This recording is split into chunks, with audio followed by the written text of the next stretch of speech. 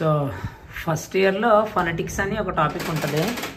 So దానికోసం అని చెప్పి ఆల్రెడీ డిజిటల్స్ అన్నీ వచ్చేసినాయి, అయినా ఫ్లాష్ కార్డ్స్ అనేటువంటివి చాలా ఇంట్రెస్టింగ్ ఉంటాయి. సో ప్రిపేర్ చేయడం కోసం అని చెప్పేసి నేను చేసినటువంటి విధానం ఏంటంటే, ఇదిగో ఇక్కడ మనకి 2 ఫొనెటిక్స్ అని ఒక వెబ్సైట్ ఉంటుంది. దాంట్లో ఈ యొక్క సింబల్స్ని తీసుకురావడం కోసం ఈ యొక్క వర్డ్స్, ఎగ్జాంపుల్ వర్డ్స్ని నేను ఇక్కడ టైప్ చేసుకుని మళ్ళీ వీటన్నిటిని ఇక్కడ నుంచి నేను జస్ట్ ఇలా కాపీ చేసుకున్నాను మొత్తం. సో కరెంట్ కూడా పోయింది. కరెంట్ పోయిందంటే ఇంక ప్రింటర్ పనిచేయదు. అండ్ దెన్ ఎలాగా ఇక్కడ నుంచి దీన్ని నేను కాపీ అయితే చేసుకున్నాను. సో ఇవన్నీ ఇలా కాపీ చేసుకుని ఇక్కడ నుంచి ఆ తర్వాత దీన్ని వర్డ్లోకి తీసుకొచ్చి ఇక్కడ పేస్ట్ చేశాను. ఇదంతా వీడియో తీయడం కుదరలా. సో దీనికైతే దీని ముందైతే చాలా ఇబ్బంది పడ్డాం. అలా పిన్ లెటర్స్ అవన్నీ కూడా సెట్ చేసి మళ్ళీ ఈ లైన్స్ స్పెషల్గా తీసుకొచ్చాను. సో వీటన్నిటిని కూడా తీసుకొచ్చి మొత్తానికి డిజైనింగ్ అయితే అయ్యింది. సో ఇది బాగలేదని మళ్ళీ నాకు ఇంకొక సాఫ్ట్వేర్ కూడా ఉంది, ఫోటోషాప్ అని. సో దాంట్లో కూడా ట్రై చేశాను, అయితే వర్కౌట్ కాలే. సో దీంట్లో అయితే మొత్తం మీద కలర్స్ అయితే చేంజ్ చేశాను. సో ఇదంతా చేంజ్ చేసిన తర్వాత మళ్ళీ ఎదిగో ఈ ప్రింటర్స్ ఇవన్నీ కూడా మొత్తం చెక్ చేసుకున్నాను. ఆ తర్వాత ప్రింటింగ్కి వెళ్ళాను అనమాట. ప్రింటింగ్ తర్వాత అన్నీ చెక్ చేసుకున్నాను. తర్వాత ఇలాగా నా దగ్గర ఉన్న దాంతో దీన్ని మొత్తం ఒక పీడిఎఫ్గా కన్వర్ట్ చేసుకున్నాను. సో ఈ సైజ్ కూడా ఏంటి అంటే నేను ముందుగానే ప్రీవియస్గా కస్టమ్ సైజులో పెట్టుకున్నాను. ఇక్కడ ఈ కార్డ్స్ ఉన్నాయి కదా, సో ఇవి ఎప్పుడో చాలా క్రితం ఇవి టీచింగ్ మెటీరియల్ స్కెచ్లు అవి కొని రాద్దాం అనుకున్నాను. అంటే ఇంకా టెక్నాలజీ పెరిగిపోతూ ఉంది కదా, సో ఇప్పుడు ఇవి అలా యూజ్ చేసుకోవాలని చెప్పి 15x15 ఇంచెస్. సో దాన్ని నేను సెట్ చేసుకుని ఈ విధంగా ప్రింటింగ్ కూడా ఇవ్వడానికి ట్రై చేస్తున్నాను. అండ్ దెన్ సో ప్రింట్ చేసిన తర్వాత అవి కార్డ్స్గా తయారు చేసి రేపు క్లాస్ రూమ్లో నేను యూజ్ చేస్తాను అనమాట. అండ్ అది టీచర్స్ డైరీ అంటే ఇలా ఉంటుంది.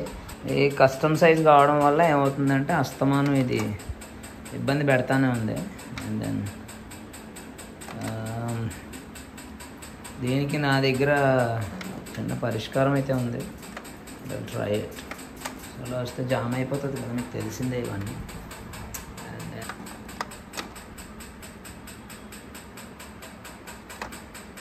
మామూలుగా ఇబ్బంది పెట్టట్లేదు, ఇది కార్డు కదా అందుకని ఇవి తీసుకోవట్లే.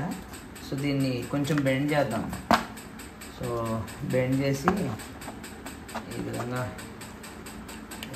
బెండ్ చేసి నేను పెట్టడానికి ట్రై చేస్తాను. చాలా వర్కౌట్ అవుతుంది.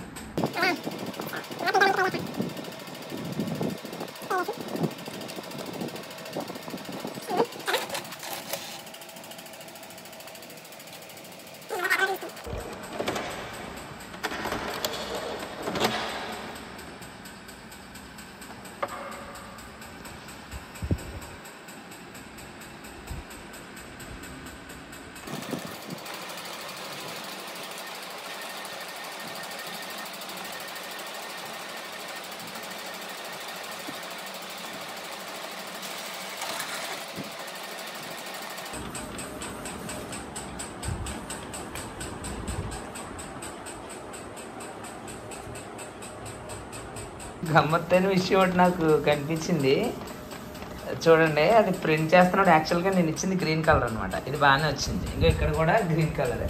అయితే ఫస్ట్ నేను చూసి షాక్ అయ్యాను, ఎందుకంటే అది దాని ప్రాసెస్ అనుకుంటాను. అది చూడండి, ఫస్ట్ సియాన్ ప్రింట్ అవుతుంది, ఆ తర్వాత దాని మీద గ్రీన్ యాడ్ అవుతుంది అనుకుంటాను. మనకి బయట అవుట్పుట్ మాత్రం చక్కగా వస్తుంది. భలే ఉంది షేడ్ కదా.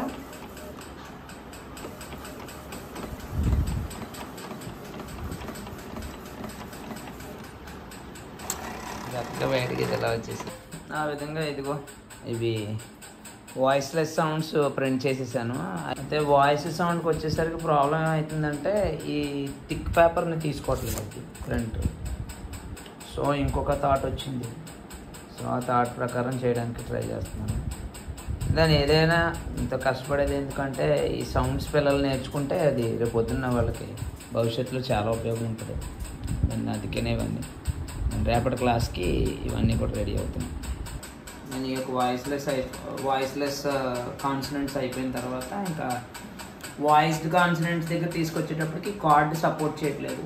అప్పుడు ఏం చేశానంటే ఆ ఎల్లో షీట్ మీద ప్రింట్ తీసి ఇదిగో ఇది నా ప్లాన్ అనమాట. సో ఇలాగ కట్ చేసుకుని ఆ తర్వాత దాన్ని స్టిచ్ చేసి పెట్టాలనేటువంటి ఉద్దేశం. ఆ తర్వాత ఏంటంటే ఇగో ఈ విధంగా మనం కట్ చేసుకోవాలి. ఇలా కట్ చేసిన తర్వాత తెలియజేయాలి. అంటే ఈ పేజెస్ నేను తీసుకున్నాను. సో ఇండివిజువల్గా చేస్తే కరెక్ట్గా వచ్చేటువంటి అవకాశం ఉంటుంది.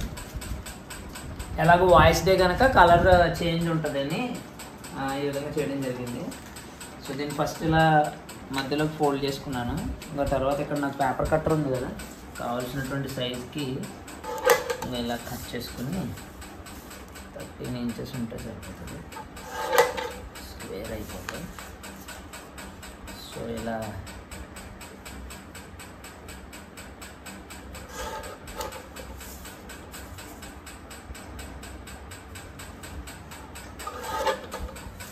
ఇలా ఈ లెటర్ సౌండ్స్ వచ్చేసాయి.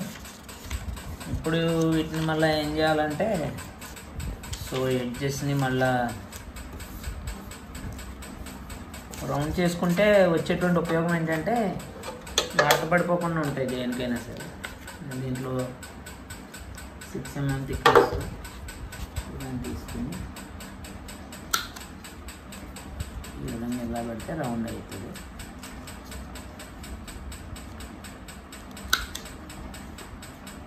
వీటిని మామూలుగా ఇలా కార్నర్స్లో ఇలా గమ్ రాసుకుని అందరికీ తెలిసినటువంటివే, కాకపోతే కొంచెం ఇంగ్లీష్ అంటే భయపడుతుంటారు పిల్లలు.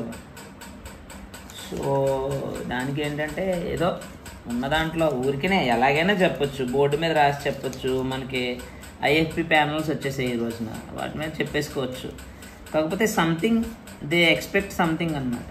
ఈ ఏజ్లో పిల్లలకి ఎలా ఉంటుందంటే దెన్ వాళ్ళకి చాలా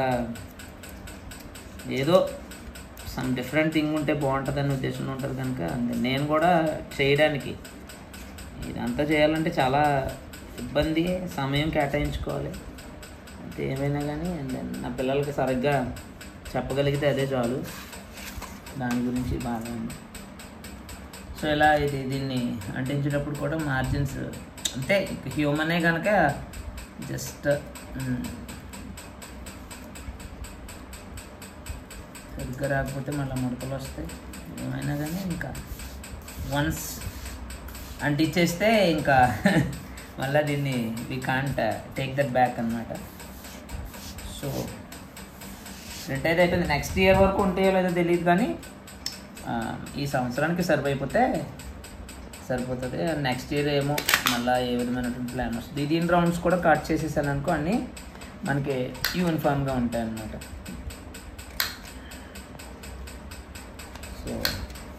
సో ఇదొక సౌండ్, ఇది వా అనేటువంటి సౌండ్. అలాగే మిగిలినవన్నీ కూడా మనం చేసుకోవడానికి ట్రై చేద్దాం. అభినందన్. సో దాదాపు చాలా గంటల టైం తర్వాత ఇవాళ మొత్తం ఇవన్నీ కూడా ఇలా చేయడం జరిగింది. ఈ ఫ్లాష్ కార్డ్స్ అన్నిటినీ కూడా నేను చక్కగా క్లాస్ రూమ్లో టీచింగ్ కోసం ఉపయోగించుకుంటూ ఉంటాను.